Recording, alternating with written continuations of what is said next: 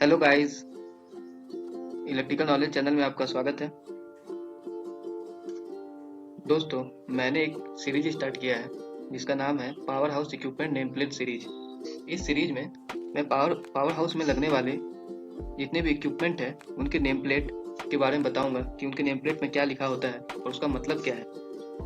आज का video 33 kV VCB यानी कि 33 kV वैक्यूम सर्किट ब्रेकर के ऊपर है कि उनके नेम प्लेट पे क्या लिखा होता है और उसका मतलब क्या है। जो भी स्टूडेंट इसे देख रहे हैं वो ध्यान दें कि आज का समय प्रैक्टिकल नॉलेज का समय है। थ्योरेटिकल नॉलेज के साथ साथ आज के समय में प्रैक्टिकल नॉलेज होना भी बहुत जरूरी है। तो हमारे साथ अब बने रहिए। चलिए आगे बढ़ते हैं। आगे बढ़ने से पहले शॉर्ट में जान लेते हैं कि वैक्यूम सर्किट ब्रेकर किसे कहते हैं। It is an automatically operated electrical switch design to protect an electrical equipment from overload current and fault current. मतलब सर्किट ब्रेकर एक स्वतः चालित इलेक्ट्रिकल स्विच है जिसका काम है इलेक्ट्रिकल इक्विपमेंट को ओवरलोड करंट और फॉल्ट करंट से बचाना। आप देख सकते हैं कि पावर हाउस में 33 kV वैक्यूम सर्किट ब्रेकर कैसा दिखता है।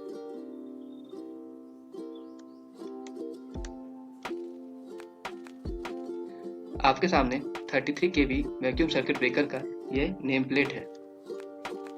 इसमें आप देख सकते हैं सबसे ऊपर मैन्युफैक्चरर का नाम है, किस कंपनी ने इसे बनाया था ये उसका नाम है। उसके बगल में सर्किट ब्रेकर टाइप है। जो मैन्युफैक्चरर है अपने इस प्रोडक्ट को किस नाम से पहचानता है बेसिकली वो इसमें लिखा होता है। सीरियल नंबर, मैन्युफैक्चरर किस लॉट में अपने इस ब्रेकर को बनाया था वो इस सीरियल नंबर से मैन्युफैक्चर समझ सकता है। यदि कोई मैन्युफैक्चरिंग कंपनी इंडिया में इस्तेमाल के लिए ब्रेकर बनाती है तो वह IEC 62271-100 के स्टैंडर्ड का फॉलो करती है। IEC मतलब इंटरनेशनल इलेक्ट्रोटेक्निकल कमीशन। ये वह समिति है जो हाई वोल्टेज इक्विपमेंट किस स्टैंडर्ड से बनेगा वो निर्धारण करती है। भारत में IEC के स्टैंडर्ड को फॉलो किया जाता है। यहाँ आप देख सकते हैं इंटरनेशनल स्टैंडर्ड IEC 62271-100। ये 33 kV का जो वैक्यूम सर्किट ब्रेकर है वो IEC के इस स्टैंडर्ड के तहत मैन्युफैक्चरर ने बनाया है। Voltage 36,000 volt. 36,000 वोल्ट ब्रेकर का highest normal system operating voltage है। मतलब ब्रेकर 36,000 वोल्ट से ज्यादा का वोल्टेज बेयर नहीं कर पाएगा। अगर ब्रेकर पे 36,000 वोल्ट से ज्यादा वोल्टेज अप्लाई किया जाएगा तो ब्रेकर खराब हो जाएगा। 36,000 वोल्ट यह वैल्यू RMS में है और फेज टू फेज वोल्टेज को डिनोट करता है। करंट 1250 एम्पियर यह RMS वैल्यू है। ब्रेकर अपने हर एक पोल से 1250 एम्पियर ही गुजरने देगा। अगर 1250 एम्पियर से ज्यादा एम्पियर ब्रेकर के हर एक फेज से गुजरता है तो ब्रेकर खराब हो जाएगा।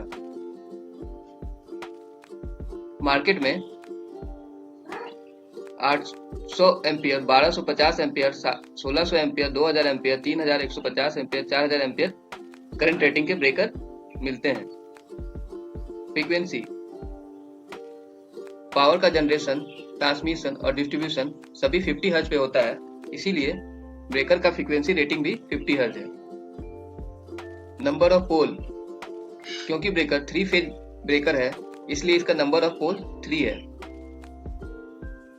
आप देख सकते हैं पोल इसे कहते हैं R फेज का एक पोल, B फेज का एक पोल, Y फेज का एक पोल।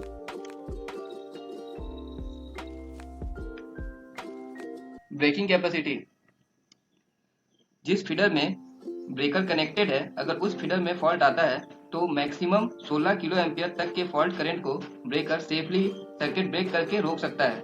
अगर 16 किलो एम्पियर से ज्यादा फॉल्ट करंट होता है तो ब्रेकर ब्लास्ट कर सकता है। ध्यान देने वाली बात यह है, ये जो 16 किलो एम्पियर है यह सिमेट्रिकल फॉल्ट करंट है, इसमें डीसी कंपोनेंट नहीं है। भारत में डीसी कंपोनेंट को नेम प्लेट में अलग से दिखाया जाता है। इस केस में डीसी फॉल्ट करंट में डीसी कंपोनेंट 50% है। इसका मतलब यह है कि ब्रेकर 16 किलो एम्पियर के अलावा इसके 50% डीसी को भी सेफली ब्रेक कर सकता है। Short time current 16 kilo ampere for 3 second. इसका मतलब यह है कि breaker 16 kilo ampere fault current को सिर्फ 3 सेकेंड तक ही बेयर कर पाएगा। ब्रेकर को 3 सेकेंड के पहले ही ओपन हो जाना चाहिए। अगर ऐसा नहीं होता है तो ब्रेकर डैमेज हो जाएगा। Making capacity 40 kilo ampere peak. जिस फीडर में फॉल्ट है, अगर उस फीडर के ब्रेकर को क्लोज करते हैं तो उस समय ब्रेकर से होकर गुजरने वाली करंट को मेकिंग करंट या ब्रेकर का मेकिंग कैपेसिटी कहते हैं।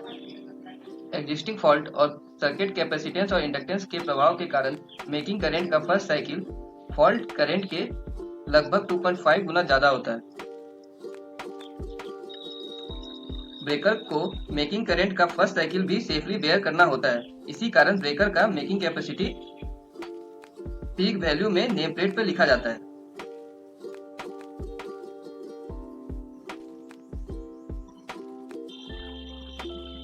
BIL basic insulation level. कभी कभी पेरेंटी इफेक्ट, लोड रिजेक्शन और फेरो रेजोनेंस के कारण फीडर पर बहुत शॉर्ट टाइम के लिए हाई वोल्टेज अपीयर होता है। ब्रेकर के इंसुलेशन को इन हाई वोल्टेज यानी कि वोल्टेज सर्ज को सेफली बेयर करना होता है। इस केस में 70 किलो वोल्ट तक के सर्ज वोल्टेज को ब्रेकर का इंसुलेशन बेयर कर सकता है। अगर 70 किलो वोल्ट आरएमएस से ज्यादा का वोल्टेज सर्ज वोल्टेज अप्लाई होगा तो ब्रेकर का इंसुलेशन फेल हो जाएगा।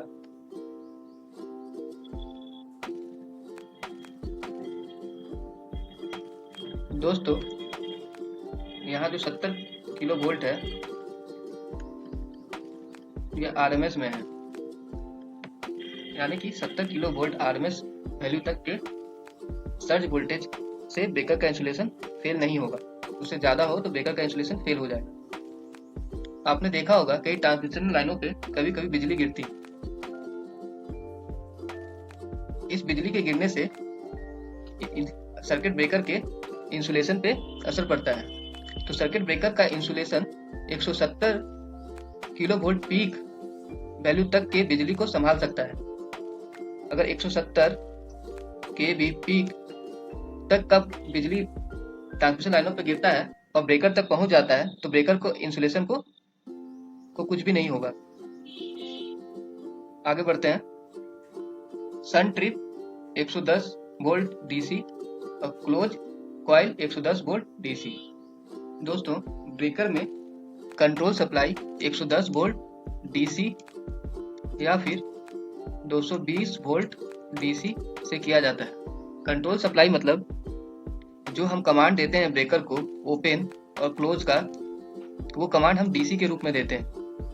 यहाँ आप देख सकते हैं ये जो मैग्नेटिक कॉइल है वो 110 वोल्ट डीसी पे ऑपरेट होती है। तो यह जो कॉइल है वो क्लोज कॉइल है और यहाँ shunt coil, sun trip.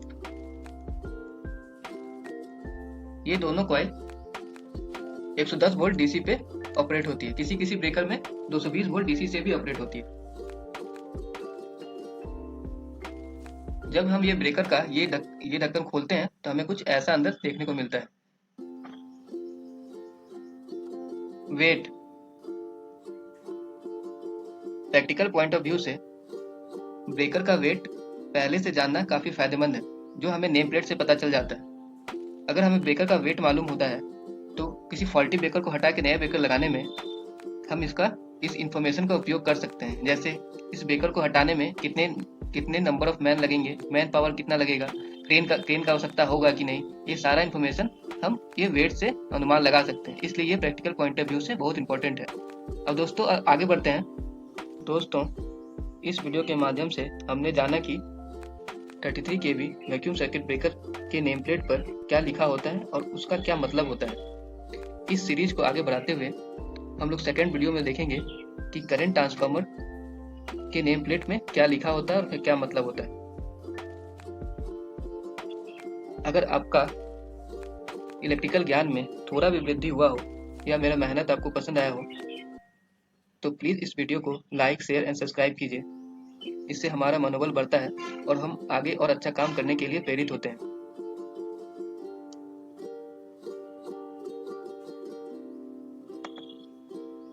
Thanks for watching.